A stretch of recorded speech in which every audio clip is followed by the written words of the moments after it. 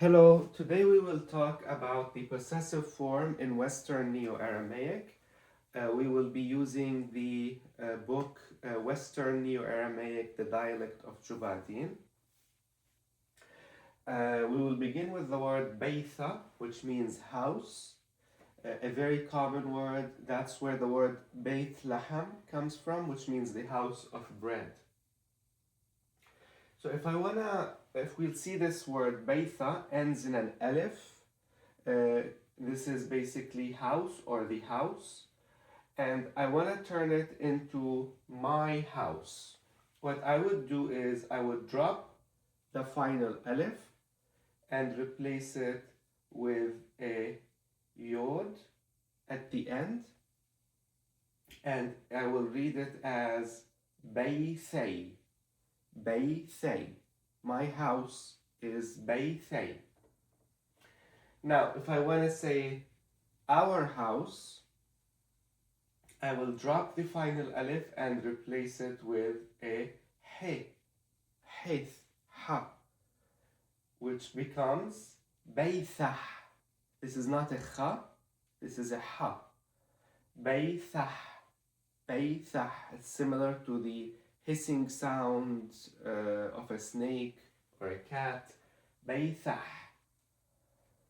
So that means our house. So Beithay, Beithah. Now let's go to the third person. If I want to say his house, now we would also replace it with a yod, but the pronunciation is different. For my house, we said Beithay. For his house, we will say Beithe. Beithe.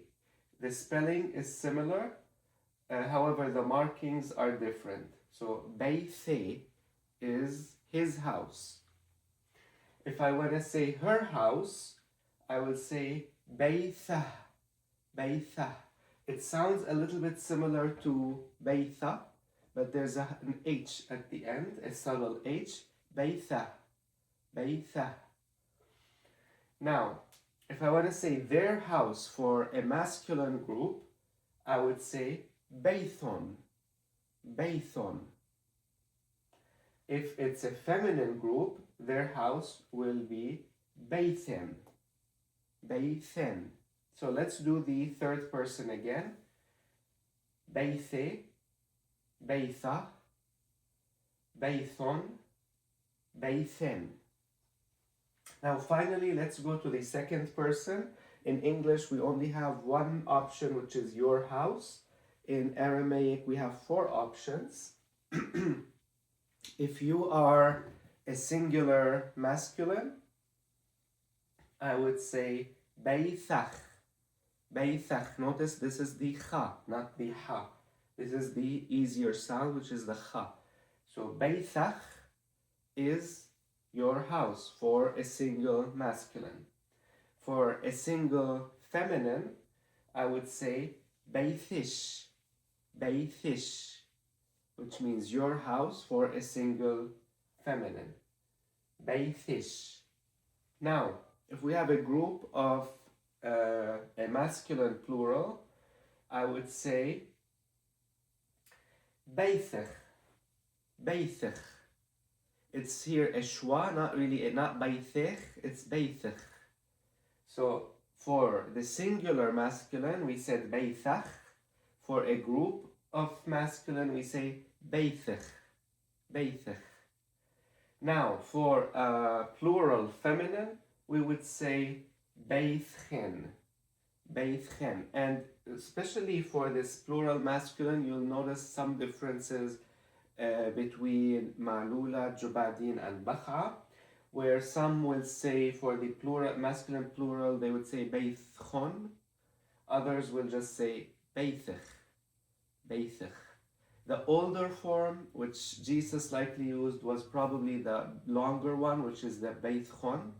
But it's with time, some people started using Beithich. So let's do those one more time. So for the singular masculine, it's gonna be Beithach. For the singular feminine, it will be Beithish. Plural masculine, it will be بيثخ. Plural feminine, it will be بيثخن. Now, let's look at some examples. If I want to say, your cat bit me, the first thing I need to know is, who are you? Are you a plural? Are you a singular? Are you masculine? Are you feminine? So here we're speaking to a woman, a single woman. So I will say, for your cat, cat is kitta. Kitta is cat. Your cat will be kittish or kittish. Kittish. So your cat with me will be kittish nach cha chay. In older times, this would have been pronounced nachtettay. But because now in the modern Aramaic, many times the T becomes a cha, it's going to be kittish nach cha chay. Your cat bit me. Now, the next sentence, my head is hurting me.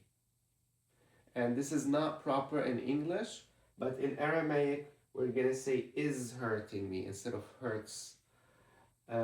Notice that we're using the continuous form, which is really not very common in many languages. However, we find it in English and we find it in Western Neo-Aramaic. So my head is muha, muha. My head will be muhay, muhay. Is hurting me will be ammau cha'lay, ammau cha'lay. Maucha means hurt. Am is the indicating the continuous, and lay means for me or me. So muhay ammau cha'lay. Next, we're gonna say their son broke your window. So here there's important questions we need to ask. First, their, are we talking to a masculine or a feminine group? If we're not sure, we assume it's masculine. And then your window, who are you? In this case, it's a single man. So we're gonna say Ebron, Ebron. Son is Ebra. Their son is Ebron, Ebron. And then we're gonna say broke. And here, the way we're gonna say it is chabar lech, chabar lech. Chabar, or in older dialect, tabar, is the root to break or to destroy. And lech here is basically saying for you. So sometimes we notice this where they say broke for you. Meaning when he did this, he was kind of targeting you. So chabar lech means broke for you. I just put broke here. Your window is gonna be shuppo chach. Shuppo cha is window, shuppo-cha, and your window as a singular masculine is shuppo-chach. So Ebron, chabarlech, shuppo-chach. So the literal translation is their son broke for you your window. Thank you.